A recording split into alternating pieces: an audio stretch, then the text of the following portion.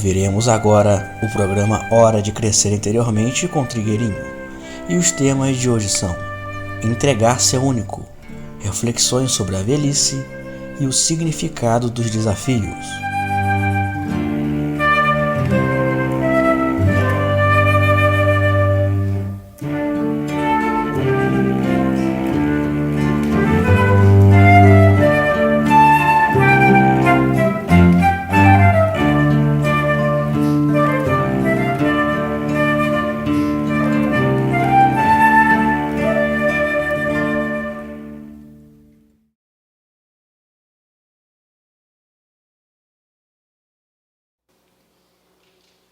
E aqui uma pessoa está perguntando como é que nós podemos aprender a nos entregar ao único e como nós podemos eliminar as expectativas e os apegos.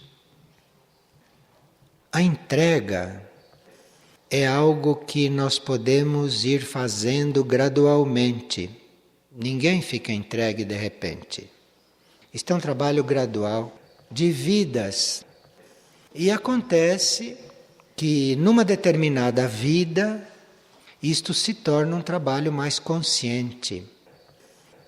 Para você numa encarnação decidir se entregar ao único, para você decidir isto, precisa que você já tenha feito muitas entregas, muitos atos de desapego, tenha passado por muitas provas, por muitas crises, tenha perdido muitas coisas em vidas passadas. Então chega uma determinada vida em que você diz: bom, agora eu já estou preparado e agora vou me entregar ao único. Aqui começa um outro processo. Isto aqui é um outro processo.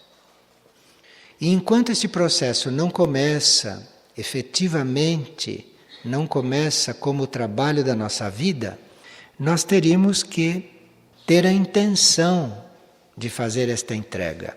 Deveríamos desejar fazer esta entrega. Teríamos que aspirar a ter esta entrega. E aí, se nós temos esta aspiração, se nós temos este desejo, se nós temos esta aplicação de trabalhar para isto, então começam a acontecer aquelas coisas que vão trabalhando o nosso desapego e que vão trabalhando a nossa entrega.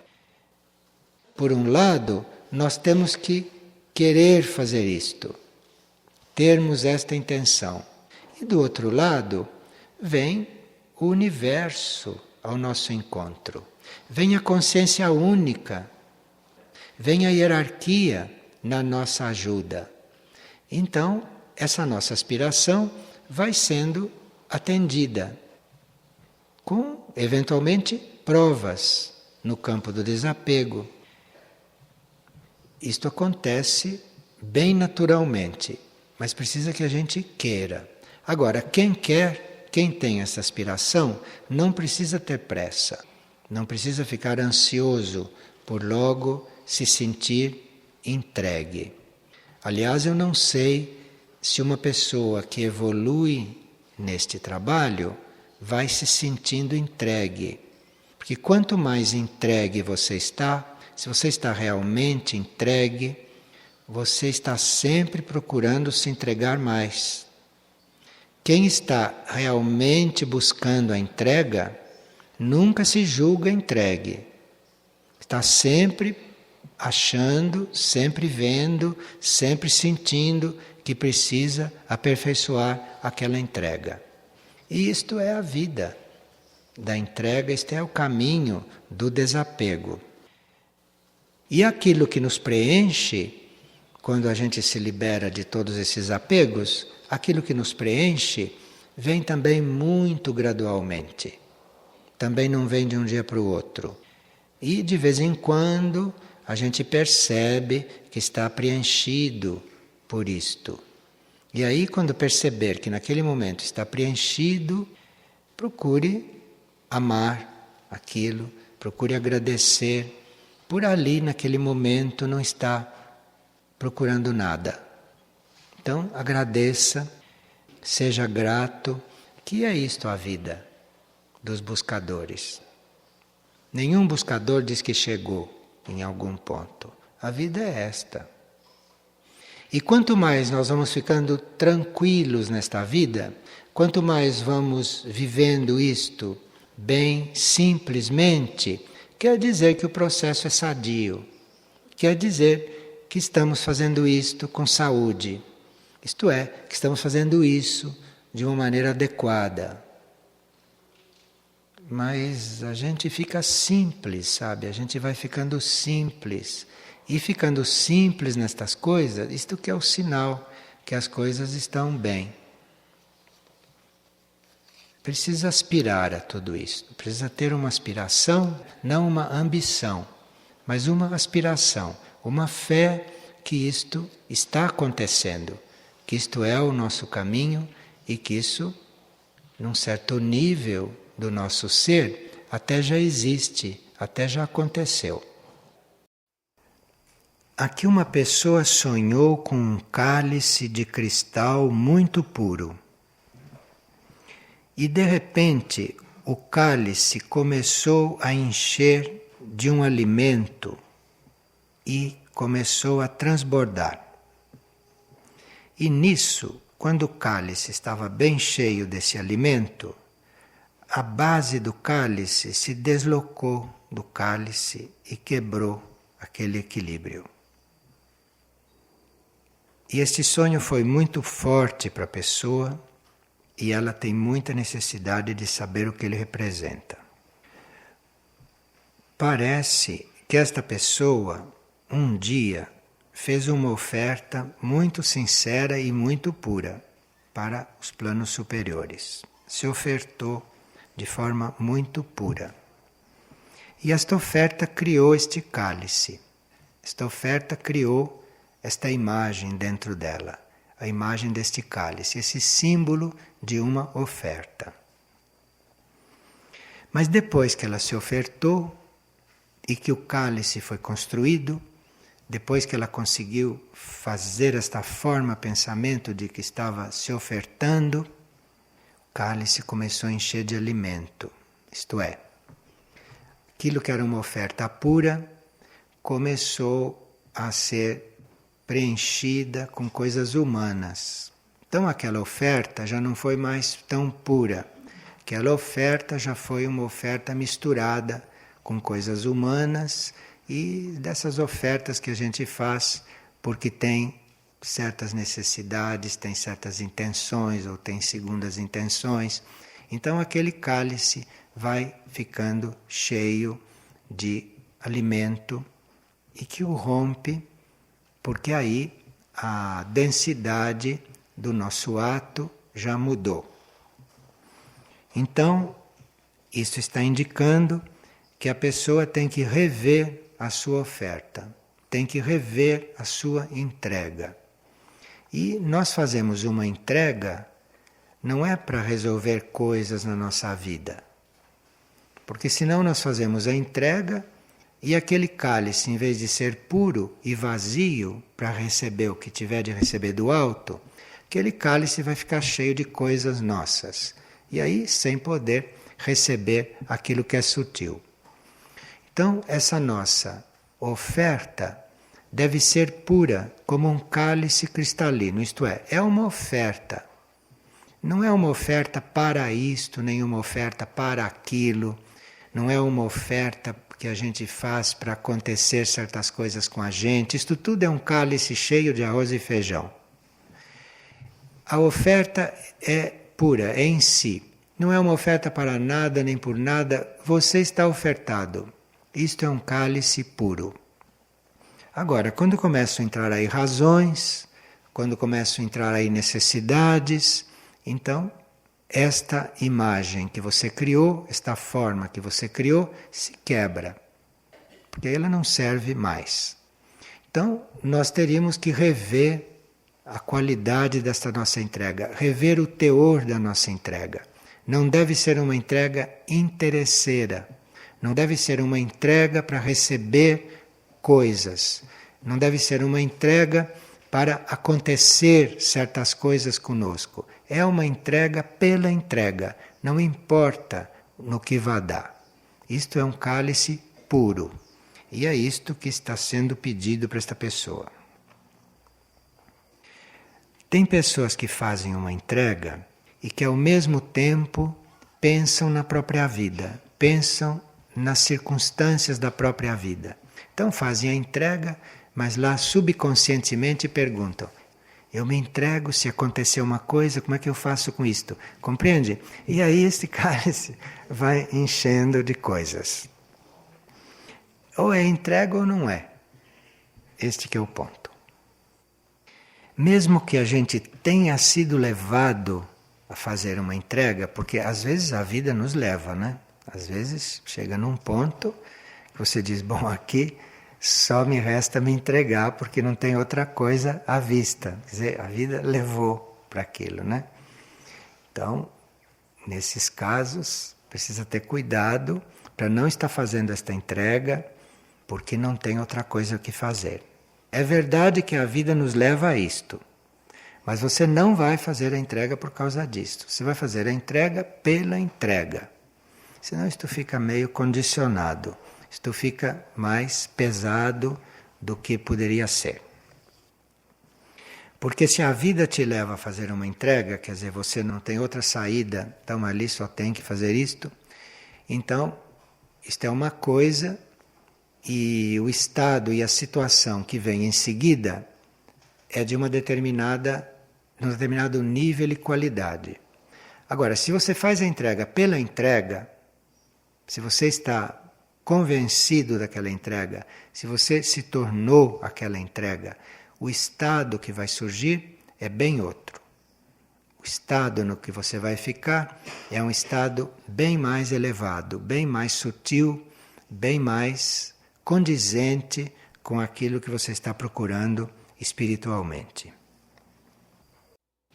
Uma pessoa diz que ela tem se deparado com uma inquietação, com uma pressão na área coronária. O que chamam de área coronária, aqui o alto da cabeça. E até de medo. Bem, todos nós estamos expostos e todos nós estamos disponíveis para as energias, todas as energias. E há energias que se canalizam especialmente para certas partes do nosso corpo etérico. Então há certas energias que vêm através da cabeça, outras vêm através do coração, outras vêm através da garganta e assim por diante. Se nós temos uma pressão na área coronária, isto é sinal que nós temos direito a uma energia que venha e que entre pelo centro da nossa cabeça. Nós temos direito àquilo, aquela energia está presente. Um lado nosso tem consciência de que aquela energia pode ser recebida, então a energia está fazendo pressão, porque um lado nosso está querendo recebê-la. Mas tem um lado nosso que teme esta energia, como é o caso desta pessoa. Porque quando ela sente esta pressão, ela tem medo. Isto é, em vez dela sentir esta pressão e ficar agradecida e se abrir, ela tem medo. Então isto quer dizer que um lado dela está aberto para esta energia, mas que um outro lado não quer se transformar. Porque esta energia que vem pela cabeça é uma das mais transformativas. É uma das que mais nos trabalham no campo da transformação. E um lado nosso é sempre atendido. Sempre que vocês fazem um pedido, sempre que vocês fazem uma súplica para um nível elevado, vocês recebem, porque isto é de lei. Então não tem nenhuma energia insistindo conosco, não. Se ela está presente e fazendo pressão, é porque um lado nosso muito verdadeiro a está atraindo, a está pedindo, se ofertando a ela. Mas o outro lado não. O outro lado está com medo da transformação. É muito difícil a gente dizer o que um outro deve fazer. Mas se isso estivesse acontecendo comigo, se eu estivesse sentindo esta pressão na cabeça, eu não iria cuidar desta pressão, não. Não iria nem prestar atenção nisto. Eu deixaria isto lá, porque isto mais cedo ou mais tarde entra. Eu não ia cuidar disto. Eu tenho fé que isto que estava fazendo pressão na minha cabeça, tenho fé que isto sabe o que faz. Então eu não cuido disso. Eu vou cuidar do medo. O medo, sim. Vou pedir luz para dissolver aquele medo. Vou pedir ajuda para aquele medo se dissolver. Não vou cuidar da pressão. Porque a pressão acaba quando este medo não estiver mais resistindo. Então eu vou cuidar de pedir luz sobre este medo. Eu vou pedir a cura deste medo. E uma das formas de pedir a cura deste medo é você não se impressionar com o medo, você não ficar com medo do medo. Então aí você vai pedindo luz sobre o seu medo, pedindo a cura para o seu medo. Que a uma certa altura, esta pressão não existe mais, porque esta força, esta energia penetrou. Temos que transcender as nossas resistências e deixar a energia superior que sabe o que faz, que atue. Agora, tem pessoas que, eventualmente, para trabalhar uma resistência delas, elas não sabem como começar. Aí pede ajuda, faz uma oração, invoca uma hierarquia e vai receber a ajuda necessária, vai receber a ajuda cabível. E aqui uma pessoa leu que quando nós falamos de evolução futura, isto deveria incluir uma reflexão sobre a velhice. Porque a velhice é um estágio, isto que chamam de velhice, né? É um estágio muito coligado com o nível espiritual. Sim, é realmente isto. Porque é nisso que nós chamamos de infância. E nisso que nós chamamos de velhice, isto são os dois estágios nos quais nós estamos mais receptivos e sensíveis àquilo que é imaterial. É que quando a gente está na infância, ninguém considera a gente nem gente, não é? E quando a gente está na velhice, consideram que a gente está acabando. Pois são os dois extremos mais sensíveis. São as maiores oportunidades que nós temos de estar receptivos às coisas imateriais, às coisas espirituais. Vocês nunca ouviram dizer que uma pessoa passa a vida dele toda tentando fazer o caminho e ele só consegue entrar mesmo depois que ele fica idoso? Porque ali a receptividade dele aumenta, a sensibilidade dele fica mais clara, como na infância, só que de uma outra forma, de um outro jeito. E quando se fala de evolução futura, se você fala de evolução futura para um ser que não está nem na infância e nem na velhice, vai haver mais esforço para entrar naquilo do que se ele fosse velho. Se ele fosse velho, ele entra imediatamente. Ali, aquilo não grava tanto como grava em um velho, ou como grava em uma criança. Não tenham medo desta idade, não tenham medo desta fase, porque é uma fase incomparável. Se nesta idade, não que a média das pessoas está, há certas dificuldades, se vocês envelhecerem bem, vocês vão ver como lá se torna simples, sem a menor dificuldade. Como as crianças não têm dificuldade nenhuma para aquilo que esses chamados adultos acham tão complicado. Então, aqueles que não souberam valorizar a infância, não se preocupe com isso, aguardem, porque vão ter uma outra oportunidade de estarem mais livres, de estarem mais desembaraçados e mais receptivos. Quando foi falado no desafio, que nós somos desafiados, né? O que isto quer dizer? Bom, tem muitas formas de nós compreendermos isto.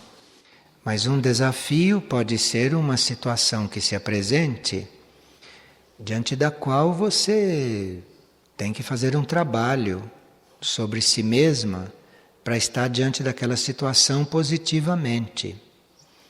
Uma situação chega te desafiando, isto é, te pedindo, te mostrando que você tem que encontrar a maneira de resolvê-la. Isto é um desafio.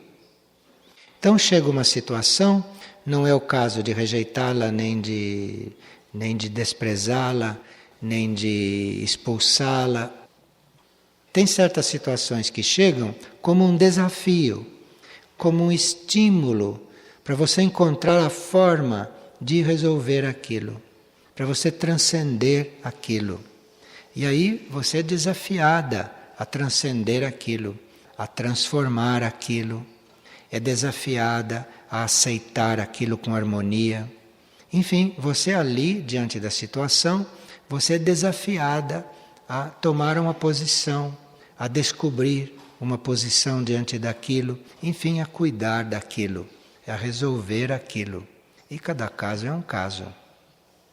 Cada situação traz um desafio diferente. Aqui, por exemplo, muitas pessoas podem estar diante de desafios neste momento, mas são diferentes desafios, cada uma naquele campo no qual elas têm que ser transformadas, naquele campo mais frágil nelas, onde tem que ser construída alguma coisa. Cada um tem o seu desafio. Uma pessoa vem sonhando com relógios e com pianos. Num sonho havia 3 relógios na parede e abaixo deles um piano. O piano é símbolo do trabalho de alinhamento da personalidade. Por isso que na educação antiga se usava ensinar piano para as crianças ou para os adolescentes. O estudo do piano os ajudava no alinhamento dos corpos e na harmonização do mental e emocional. E 3 relógios na parede quer dizer que há um prazo para esta pessoa trabalhar o seu alinhamento superior. Um prazo para o mental, um prazo para o emocional e um prazo para o físico-etérico. Agora a pessoa pode dizer, mas eu já tenho um certo alinhamento. Mas o alinhamento pode ser aperfeiçoado. E para certos passos evolutivos que a personalidade deve dar, ou para uma ampliação do seu serviço ao mundo, talvez seja necessário um pouco mais de alinhamento. Então, por isso é que esse sonho se repetiu na semana seguinte, só que na semana seguinte não havia um piano, mas havia 2. Isto quer dizer repetição do pedido. Quer dizer, é importante trabalhar o alinhamento superior. Há um alinhamento entre a alma e a mônada, que isto se faz nos planos internos e nós não temos consciência disto. E se há o alinhamento externo, se há o alinhamento da personalidade, esse alinhamento da alma com a mônada é facilitado, porque aí a alma não precisa estar tão voltada para a parte externa. para a personalidade. Então, para um alinhamento superior, é necessário que a gente aqui no plano humano, no nível dos corpos, esteja um pouco mais alinhado. E claro que à medida que este alinhamento entre a alma e a mônada vai se processando, o alinhamento aqui embaixo da personalidade vai sendo confirmado e cada vez mais estabelecido. Em geral, nos pedem mais alinhamento quando nós estamos destinados a trabalhar com a nossa presença. Há pessoas que trabalham com ações, com atos. Outras pessoas trabalham só estando presentes. Mas este tipo de trabalho necessita de alinhamento da personalidade. A personalidade deve estar alinhada para poder fazer esse trabalho. Isto é, para influir, para ajudar os outros com a própria presença e nada mais. Então aqui o alinhamento é importante.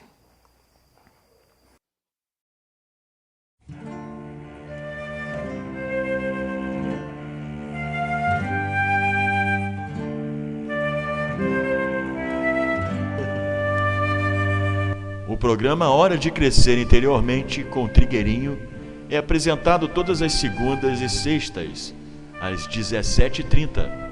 Todo acervo de palestras gravadas de Trigueirinho está disponível gratuitamente no site da editora Irdim, www.irdim.org.br.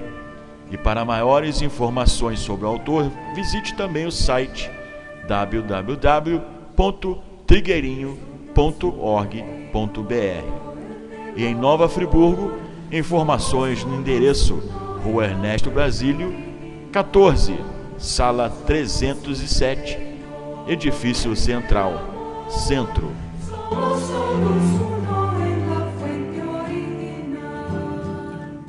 Somos aguas subterráneas.